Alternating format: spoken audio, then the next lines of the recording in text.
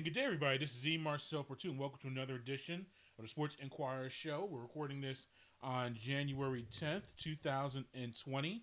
This is our second show of the new calendar year, but if you missed our first show, Happy New Year. Hope you had a good holiday season. Everything went well for you wherever you're listening to this show from. We had some good times, but we're back on the grind and ready to get through the new calendar year, starting off with a lot of football and basketball.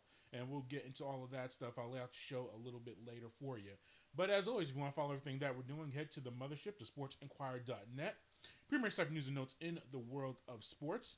Head to our Twitter and Instagram social media pages under Sports Inquirer. That is all one word. You follow those platforms. So look up Sports Inquirer and you'll be able to see us and like us, subscribe, and everything like that. Facebook, we have two pages on there. We have The Sports Inquirer, which are separate words, as well as Sports Inquirer, which is one word. Follow either one of those and you'll get all of our up-to-date content.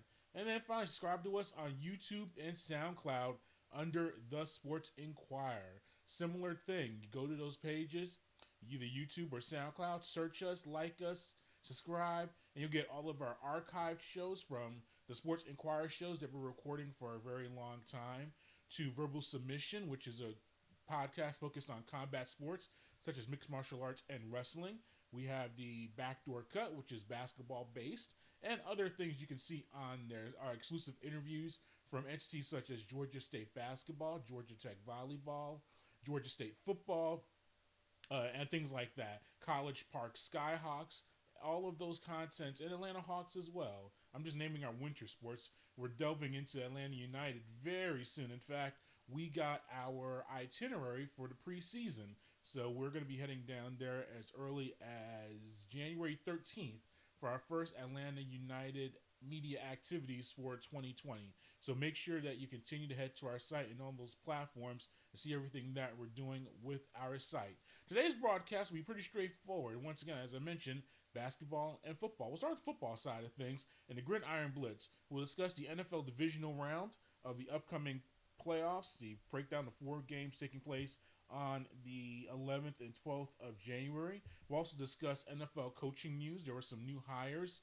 and new transactions in the front offices of NFL teams since our last show, so we'll delve into that. We'll also go into the technical state of Georgia athletics. We'll talk about Georgia State basketball, Georgia Tech basketball, and University of Georgia basketball. So we'll focus on the basketball side of things for those 3 major universities in the state of Georgia.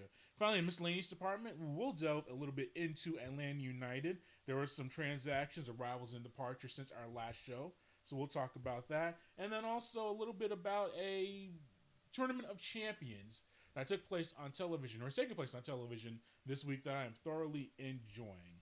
So we're going to take our first break of the show, and when we come back, we'll go into our Gridiron Blitz, where we discuss all things National Football League here on the Sports Inquirer Show. All right, welcome back to Sports Inquirer Show. E. Marcel Purdue here with you, recording the new edition of our show on January 10th, 2020. Let's go to the NFC first. I think those matchups are more intriguing in the divisional round than the AFC. Actually, I think all 4 contests, you can make an argument for either team to win, but I think the intrigue is more in the NFC. Let's start with San Francisco at home against Minnesota. 49ers, great turnaround year for them. Best record in the NFC, had a full year of a healthy Jimmy Garoppolo. That was a big factor for them. Kyle Shanahan really establishing the balanced attack, and I say attack on the lines. You can argue they have top 5 offensive and defensive lines in the NFL. That's led to a tremendous amount of success for them. The defense with Bosa, the rookie of the year defensively, I think. You have Richard Sherman, the veteran cornerback from Seattle. He went to San Francisco and has been a big presence for them. Best record in the NFC, just rolling throughout the most of the year. Beat Green Bay already this year, beat Seattle. You look at able to win at New Orleans. You can make a case that they're the best team in the NFL. They had a bye in the first round, and they get to face Minnesota, who were able to win their first round / wild card matchup at New Orleans.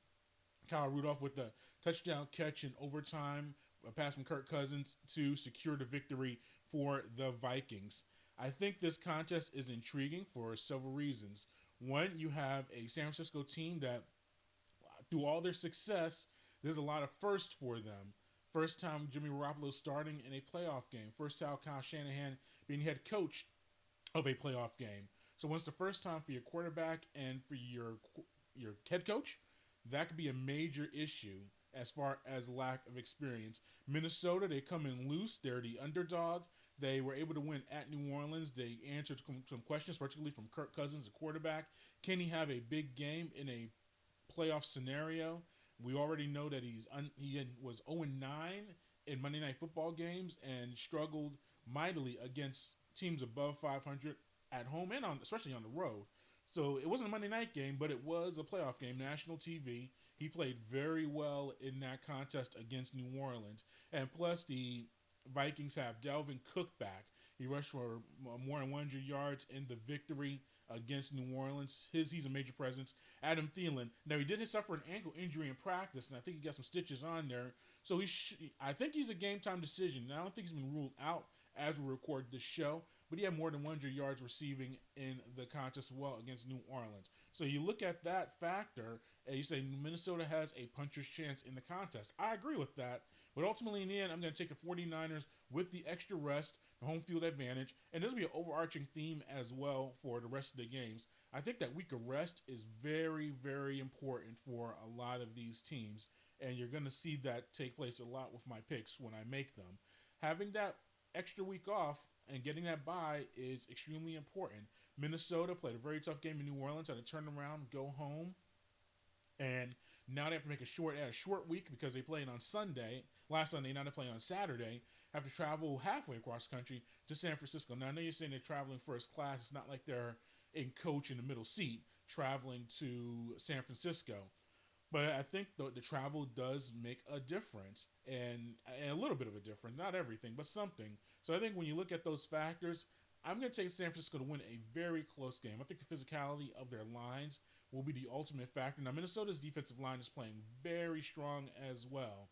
So that's a really good battle to watch out for. How San Francisco's offensive line can handle the defensive line, which is really morphed into maybe the best in as far as a unit. And the best in the NFL. So very intrigued by that matchup. The other NFC contest of interest is Green Bay hosts Seattle. The Packers, second best record in the NFC, had a first round bye. They could host a Seattle squad that won on the road at Philadelphia and carries momentum from that victory. You look at the Packers year under Nagy, under Matt LaFleur, the first-year head coach for the Packers. McCarthy. We'll talk about Mike McCarthy, the former coach. He's now in Dallas now. But you heard in the preseason there were some issues with audibling, and LaFleur wanted to make audibles, but Aaron Rodgers not liking them and all this other drama. But they ended up working out to a 13-win season or 12-win season. So they did quite well for themselves despite all of the quote-unquote drama. When you look at the Packers, the defense is improved from the past few years under Mike Patton, the new defensive coordinator. You've seen the Packers win games with their defense instead of the arm of Aaron Rodgers. You've also seen a lot of running from Jones, who was tied for the league lead in touchdown rushing for the season. So you look at that and you say, Aaron Rodgers, is he washed up? Not at all. He's still an elite quarterback. His numbers, the efficiency is always there, but he's not throwing as many touchdowns as he used to, which is not a knock on him, but it's just a different approach as far as the Packers go. In this type of game, we're already hearing about 6 to 8 inches of snow coming onto the ground on Saturday. Now, they'll have that field cleaned out by then, but if it lingers on another day, you know how snowstorms are. They say it arrives on a Saturday, but it might get into Sunday. But it will be cold, though. It will be in the 20s. I don't think that'll be an issue for either team. Both teams play in cold weather, and both quarterbacks are used to it. And both teams like to run the ball to set up the pass, especially the Seattle Seahawks. Marshawn Lynch, he had a touchdown run in the victory against the Eagles. He's 2 weeks off of retirement. You gotta expect that he's getting more reps in practice. You'll see more plays from him to diversify the offensive sets that the Seahawks want to run. You have Metcalf, the strong freshman or rookie wide receiver for the Seahawks, had more than 100 yards catching or receiving and a touchdown catch. in that victory over the Eagles. So Seattle comes in a lot of confidence. Russell Wilson threw for 300 yards in that win as well. So they're throwing the ball. They got running backs that can be of intrigue for the Seahawks. As a Green Bay at home, though, I think with a strong game from Jones and enough plays from Aaron Rodgers, finds a way to win a close game over the Seahawks. But as far as this contest goes, similar to San Francisco, Minnesota, I see either team winning those contests. But I'll go with the extra week off. Seattle, similar deal to Minnesota, had to win on the road. Then they traveled from Philadelphia to Seattle, and now they have to go to Green Bay. So they're crisscrossing the country.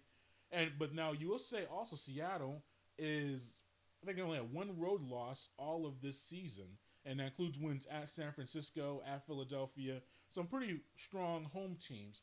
So you do look at that factor as Seattle plays very well on the road, but in the end, I'm going to take the Packers to win this contest. The AFC will go there. It's Kansas City, the second overall seed in the AFC, host Houston. The Texans coming off of that overtime win over the Buffalo Bills. We saw the highlight play, Deshaun Watson spinning out of a sack when two guys were approaching him and made the big pass to set up the game-winning field goal. You look at Watson, I just think that he does a lot for the team. He may be the most talented quarterback out of all of the guys left in the conference. I'm saying he's the best, but you got to look at his strong performances in crucial situations for the Texans. I just think Kansas City, and they're my Super Bowl pick to make it through the AFC. I think this is a year for the Chiefs. Mahomes, he's back healthy. He's been playing really strong. You got a running attack. You have Hunt and Kelsey to catch the ball. You have a defense that is improved from earlier in the season. They've been playing at a top 10 defensive level the second half of the year. But I think that people have been paying more attention to Baltimore, who we'll get to in a moment, and deservedly so. Baltimore has been the regular season team of the year. But I think the Chiefs right now are in a very good spot. Andy Reid, we've seen him lose these games at home in the playoffs. Even with the Eagles, we saw him lose multiple NFC Championship games at home. And then even with the Chiefs, they've lost to Tennessee at home in the postseason. They've lost to Indianapolis in the past. So you look at those factors and you say, man, I'm very concerned about them at home. And they lost to New England last year in the AFC Championship game. But I think with Pat Mahomes, him healthy and playing right, he's never had this type of dynamic quarterback to lead his team. And I think the defense will be very good against a Houston team that I think if you stop Nuke Hopkins, that's really the main thing you'll have to do against the Houston Texans. Now, Watson's going to have his moments. He's going to spin out of some sacks. He's going to make his highlight plays. But consistent offensive play through 4 quarters on the road against Kansas City, I don't see that happening in the contest. So that's why I take the Chiefs to win that matchup. And lastly, you have Baltimore, who's the top overall seed, best record in the league, hosting Tennessee in the other divisional round game in the AFC. We'll start with the Titans. We'll get to them. They were able to win on the road at New England, and we talked about in our last show about is a Patriots dynasty over and everything like that. But the way that the Titans play translates to every level. So you have to give them credit for that win. Now, the Patriots, we know, Brady's older, not as good as he used to be, and when he used to be is arguably the best quarterback of all time. But the Titans had a factor in that. They were able to control the line of scrimmage on both sides, especially on the running game. Derrick Henry running for more than 150 yards in the victory.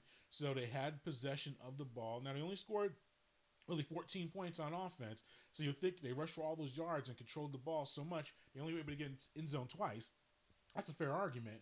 But that type of play, their style of play, translates to any level of football, anywhere you play, home or away. Ryan Tannehill only had 15 passing attempts. He's going to do more against Baltimore, but still, 15 passing attempts, no turnovers, very efficient in that regard. But it's very tough to see the Titans with Tannehill in that type of offense. They'll get some ball control, but they don't get into the end zone as much as you would like.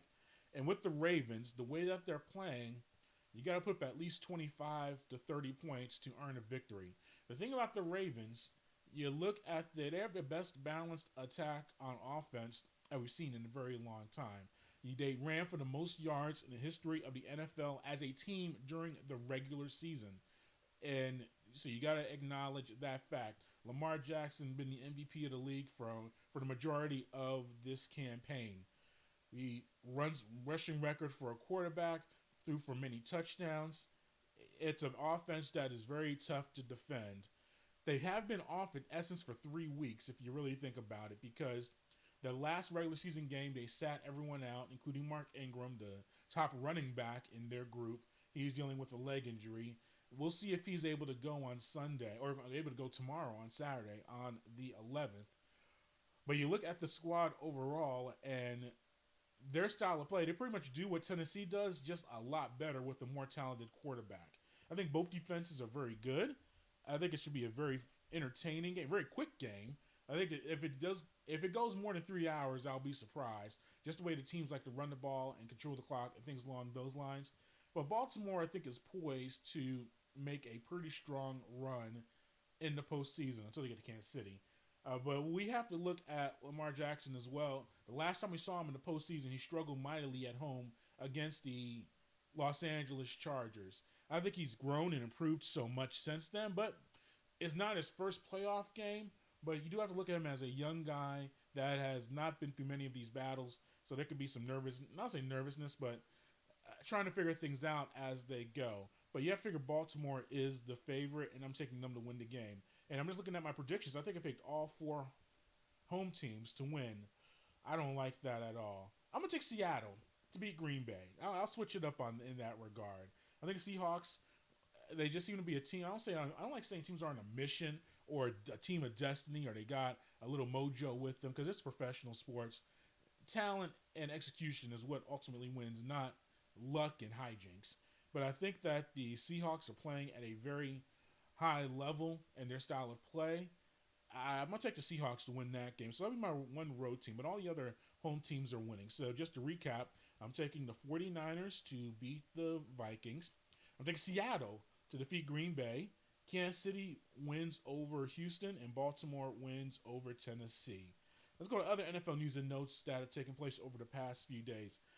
I want to table the Patriots dynasty being over argument because we really don't know what's going to happen there. There's so many moving parts to it, but then there aren't moving parts. It really comes down to 2 people. Well, 3 people. But 2 of them matter more than the other one.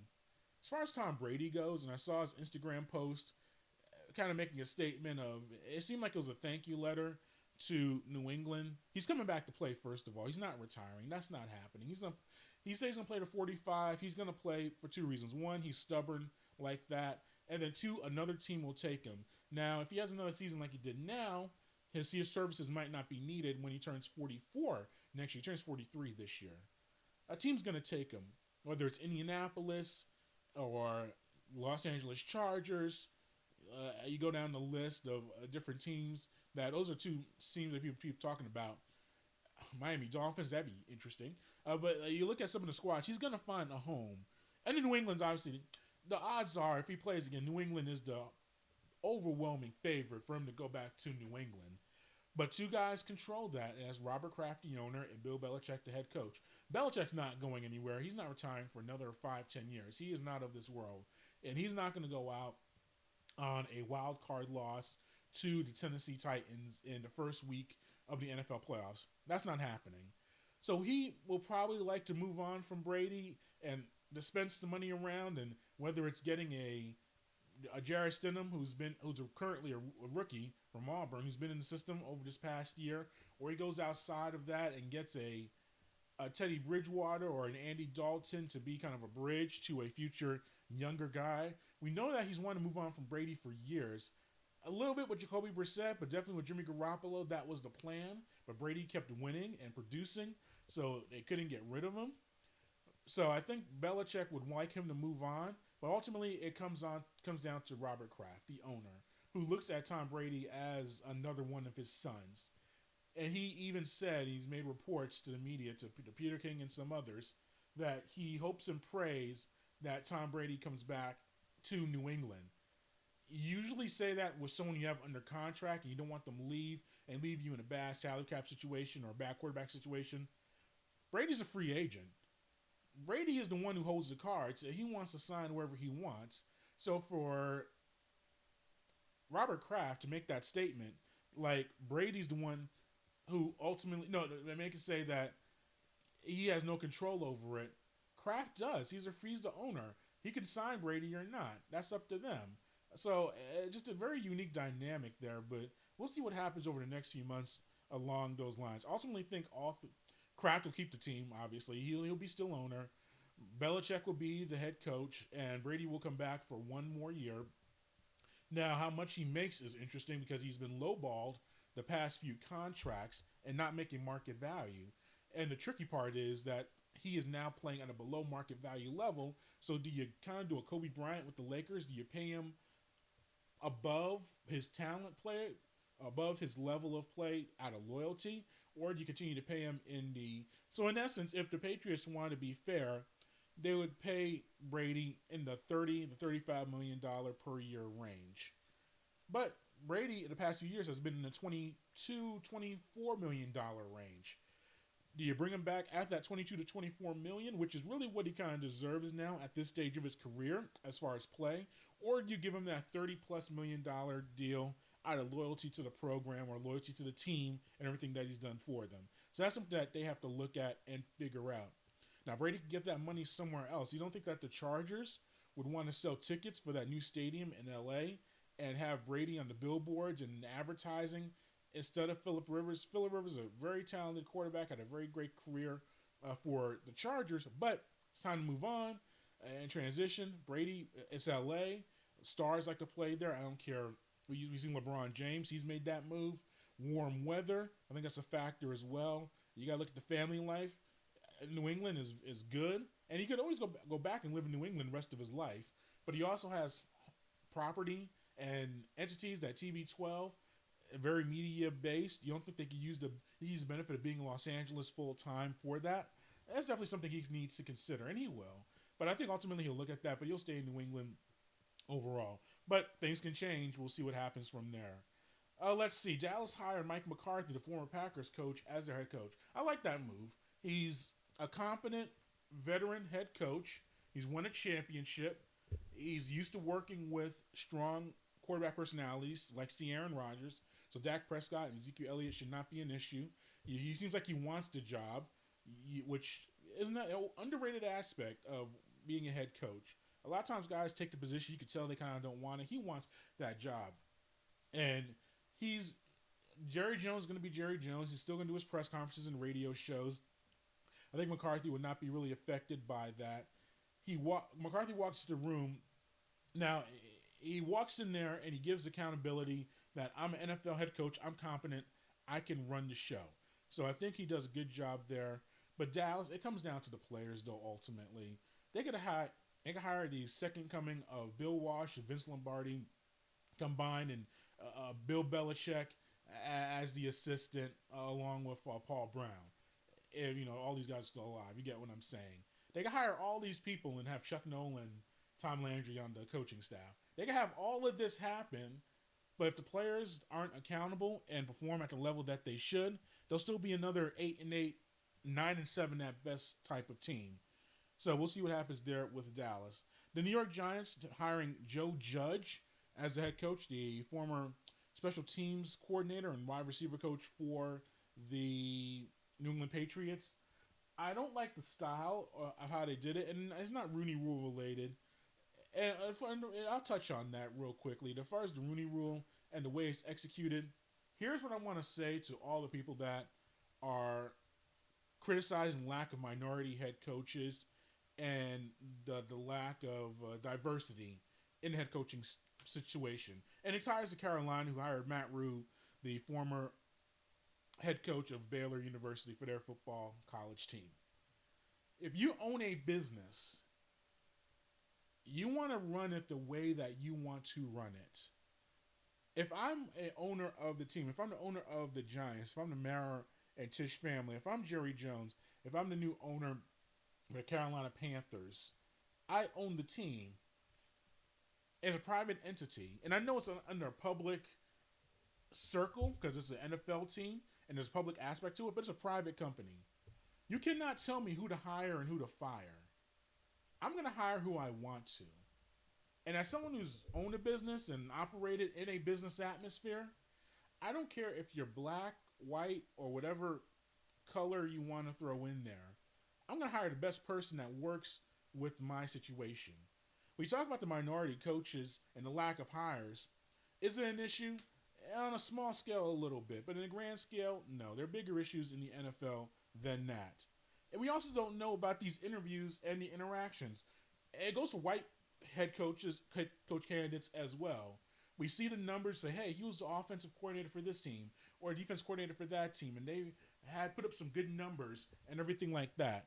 We're not in the interviews. We don't know how they operate behind closed doors. They could be a bad person for your specific job if you're an owner, even though qualifications are there. So that happens. And then if you want to really make a move as far as getting more minorities in positions like head coach, you need more minority general managers. You need more minority owners. Ownership is how you progress in this society. And there are ways you can do that. You have a lot of minority millionaires and billionaires out there. If you really want them to have more head coaches and more representation in the front office, go to those minorities who you know have a perspective of understanding and look at minorities in head coaching positions. Tell them to buy some teams. Tell them to find their way into front offices, whether it's through a financial entity or part ownership. That is the way you make changes. Having Twitter campaigns and writing articles, and we know who the usual suspects are, talking about racism and how the NFL doesn't like black people, and this ties into Colin Kaepernick as well, kind of the same deal. If you want change, you need ownership. And does that require a lot of money? Yes, it does. And we know the financial structure of this country where white America may have had a head start in that aspect. Sure, we understand that. And you understand that as a minority as well. I say that personally. But if you ever own anything in some form, especially if it's a business, you cannot tell people who to hire and who to fire. Do I think Joe Judge is the best head coach candidate for the New York Giants? I don't necessarily think so. I know he's a coordinator of special teams. People say that's a very big entity. I like someone with at least coordinator experience in offense or defense as far as my head coach. I know he was under the staff of Bill Belichick for a very long time, and that has its ups and downs as far as guys who've moved on from his staff as far as a head coach level. That's intriguing. I'm waiting to see on that. Matt Rule going to Carolina, becoming, I think, the 5th or 6th highest paid head coach in the NFL average per year, and getting 7-year contract. That's a little extreme as far as a guy who has not been I know he was an assistant offensive line coach for the Giants for 1 year. That's a little much for me to go into the NFL and make that money, but owners can pay what they want for their coaches. They're not under salary cap. So I'm sure all the other coaches, while on one hand, they're like, man, he made so much money, I'm disappointed. All those other coaches who have contracts coming up who have better qualifications than Matt Rule are very happy because now he is the benchmark. You want to pay him $8 million or $7 million plus? Okay, I want $1 or $2 more, even though I'm making only $3 or $4 million currently. That's just the way it's going to work. So the coaches should be happy that he got that much money because it makes their negotiations a lot easier. But just to conclude on those NFL hirings and firings, you can't, and I'll say it again, considering your scenario, whatever walk of life that you're in right now, and you look at resumes, and you see one person went to the right school, got the proper training, has some other previous jobs that kind of tie into what you're looking into for a new hire to your staff. They come in and they're either, opposite way. You want someone who has a little confidence, they have no confidence. You want someone that comes in humble, but they come in very arrogant. Whatever your qualifications are, but you don't like the right vibe with that person, even though the qualifications are really good. And then you have someone who maybe didn't go to necessarily a school of high prestige, didn't have the greatest grade point average. They lack experience kind of within a specific industry that you're currently in. But they come in, they have a good organized plan, they talk well, they have a good strategy, you have a good personality, and you like that person more because they'll fit your culture of what you're trying to do better than a person with maybe with better qualifications. And that's just the way it works in every entity of hirings and firings in business. And the NFL is not any different. It's just played out more in a public form because it is the NFL, which is a public entity, not as far as ownership, but as far as being playing in stadiums and arenas that the public can view. And the public does have financial stakes in the ownership of the team in a way, from the stadium to you paying for tickets and other things that end up translating into the salary and things along those lines. It's a bit complicated web. So there's a public entity to it, but there's a private entity as well. So whenever you hear all the major arguments about the Rooney Rule and the lack of usage of it or the lack of execution with it, you got to look at it from a grander scope of things as far as business goes. And I think if you do that, then you'll have a better understanding of why some decisions are made. We're going to take our next break, and when we come back, we'll go into college athletics in the state of Georgia, in the technical state of Georgia athletics, here on the Sports Inquirer Show. All right, welcome back to Sports Inquirer Show. Emar Sopertu here with you on the 82nd edition of our show, recorded on January 10th, 2020. Let's get to the technical state of Georgia athletics, starting with the Georgia State men's basketball team. I was able to emerge with a 90-52 home win over Louisiana on January 9th. The Panthers extended their home winning streak of 13 games, which dates back to last year. Big scorer of the night was junior Corey Allen, had 24 points, which was a team high for the night, and had 4 3-pointers. And the Panthers have now won 21 of their last 22 home games in GSU Arena. Nelson Phillips came off the bench and had 17 points for the Panthers as a sophomore, and the team shot a season-best 54.2% from the floor, hit more than 50% of their 3-pointers. So, best performance, conference performance of the night, or the season to date for the Panthers. We're now 4-2 in Sunbelt play, 11-6 overall. We'll be at their contest tomorrow on the 11th against Louisiana Monroe. So, see what the Panthers can do there. It was a big day, or big week, of college athletics men's basketball-wise for the state of Georgia. Georgia Bulldogs hosted Kentucky, nationally ranked, and dropped the contest 78-69 on January 7th. You look at the Bulldogs, it was my first time really watching them quite a bit as far as an extensive game goes, or through an entire contest. Anthony Edwards is a special talent. He can get to anywhere on the floor with the ball. The outside shooting's not the best, but that can get better over time. I think the Bulldogs are a NCAA tournament team. I think they'll do very well within the SEC. But as far as as far as contending for a national championship or even a conference championship, I don't think that's going to happen. SEC is a very good conference. Obviously, Kentucky's very good. Auburn still undefeated as we record this show.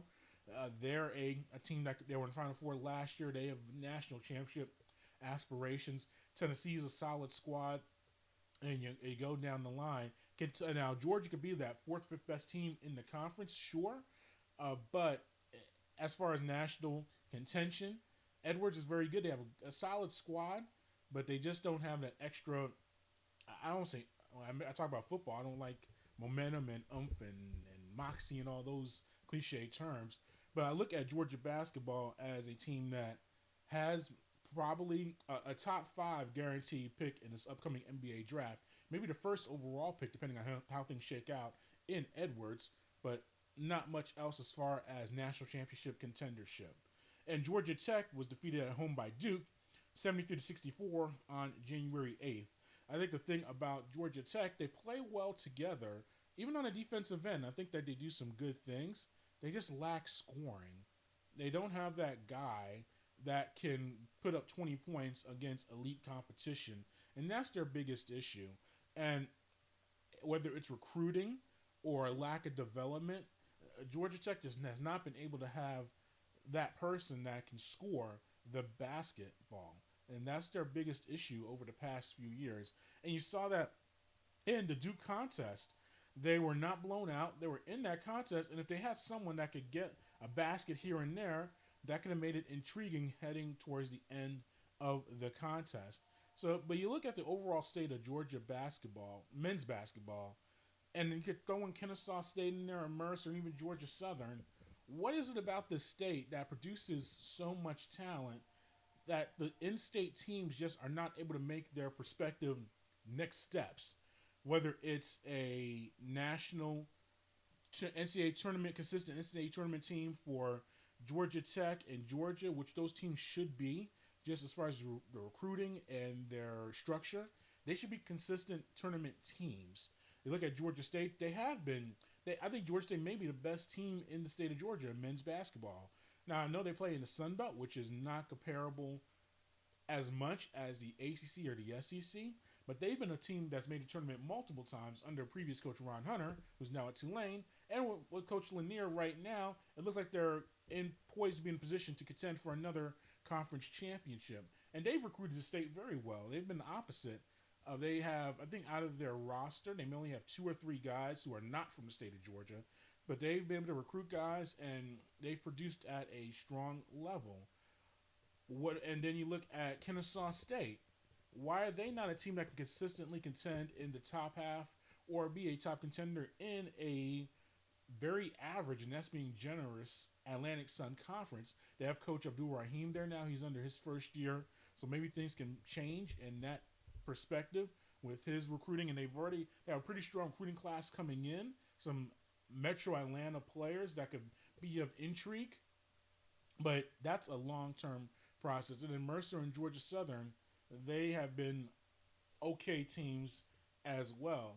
But it really comes down to Georgia Tech and Georgia. And Georgia State a little bit as well, because they really are Metro Atlanta.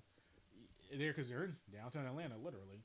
You look at, but it's like an athletic program in college. And I cover these sports as well, and no disrespect to them, but you can have a really good tennis team, a great golf. Your volleyball squad can be tremendous. Softball is on point. You go down the line, and it's like your baseball team. Well, baseball could be kind of like that for certain programs, that big elite program. But you look at those programs. Your equestrian team is on point. I have covered equestrian, believe it or not, in my day. Swimming and diving.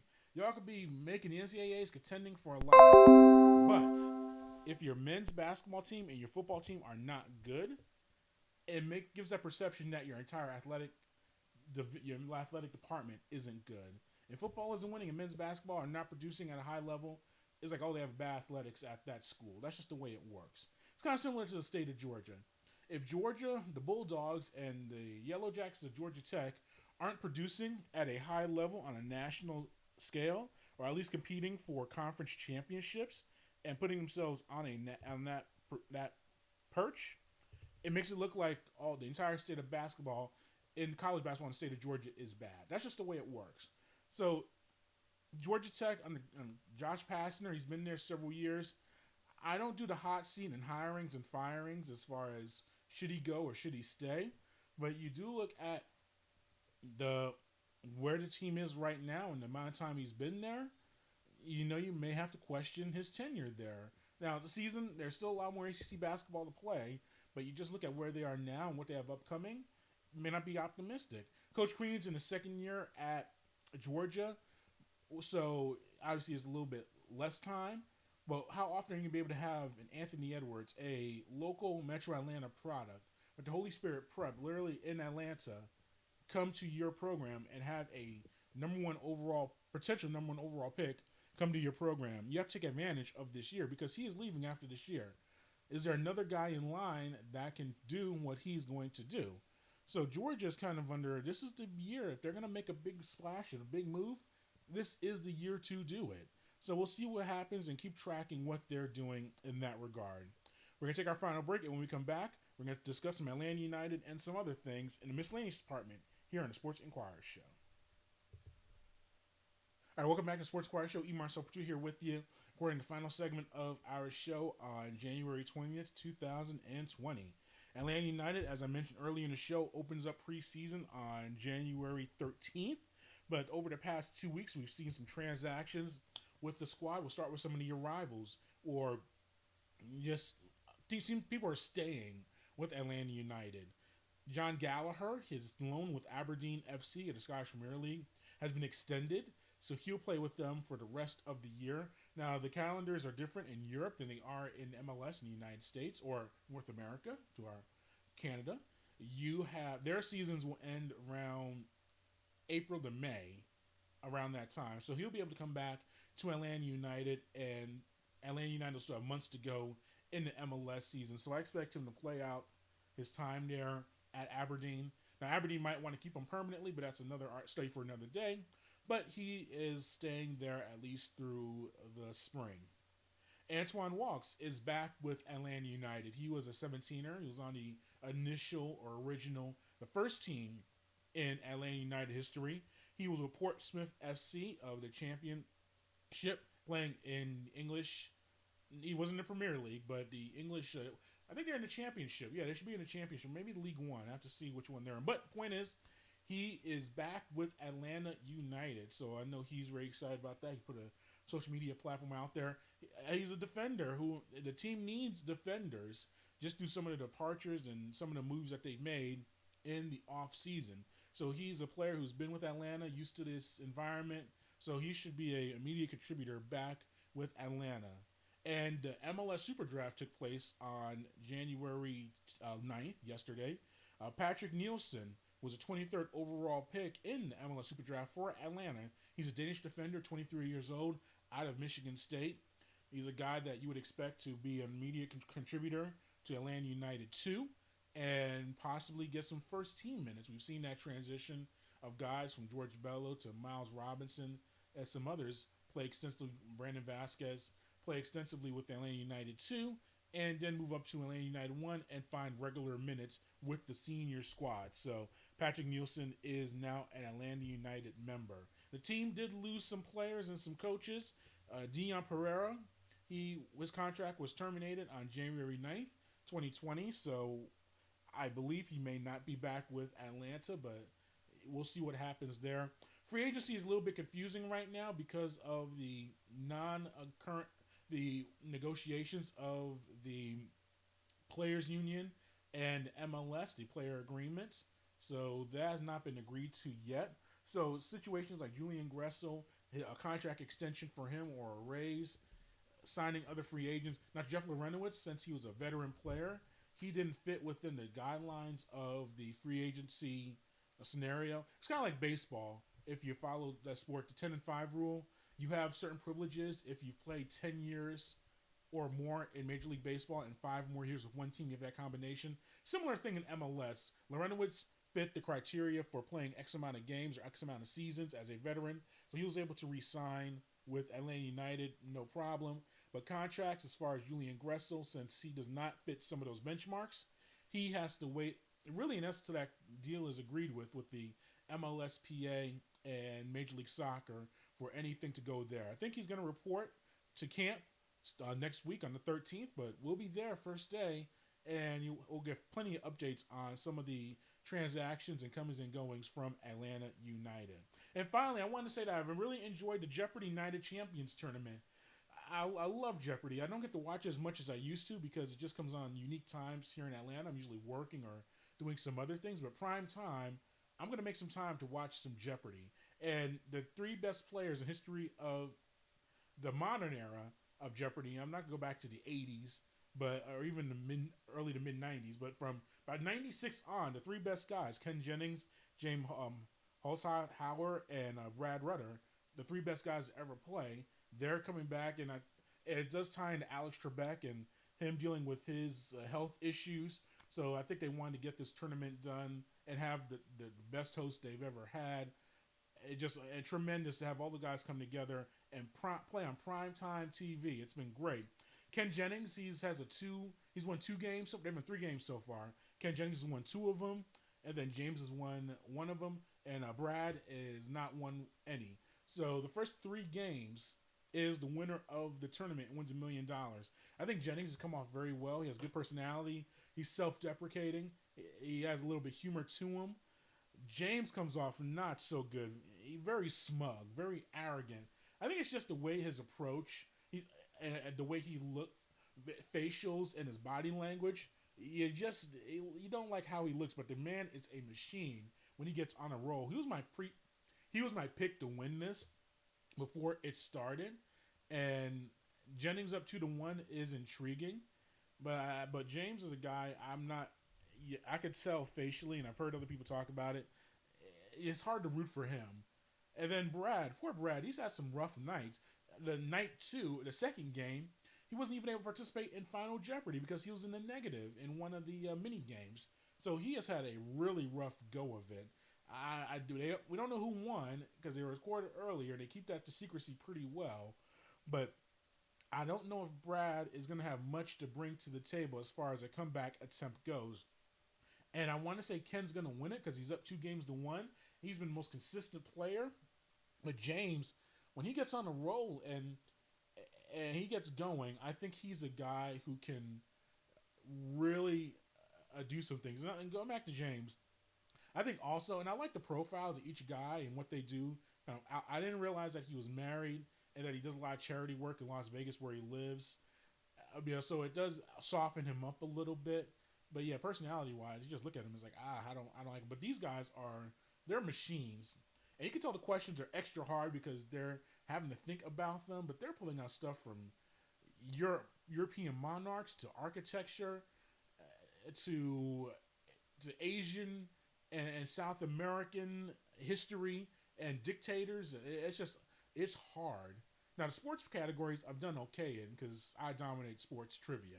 But outside of that, even the music ones, I like music a lot. If you follow my site and follow everything that we do, we love music, just all genres, except classical, which they tend to love the classical music. There was a whole section on Beethoven, and I was like, oh, crap.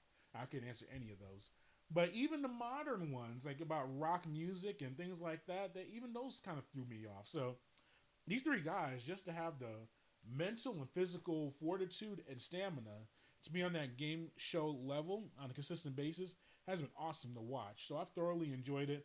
I hope that Ken pulls it out ultimately, but I think James, as I said, once he gets on the roll, especially if he wins this game here, if this next one is 2-2, I think he takes it home. So we'll see what happens there. I think by the time we do our next show, we might have a winner of that competition. And that concludes our show overall today, the Sports Inquirer Show. Thanks for listening to us. Very excited that you gave us a chance, and thank you for giving us your time and your energy to listening to our broadcast. If you want to continue to get some more love and more things from us, head to the mothership, the sportsinquirer.net, premier site for news and notes in the world of sports. Our Twitter and Instagram is Sports Inquirer, that's all one word. Facebook, The Sports Inquirer and Sports Inquirer, we have 2 pages there.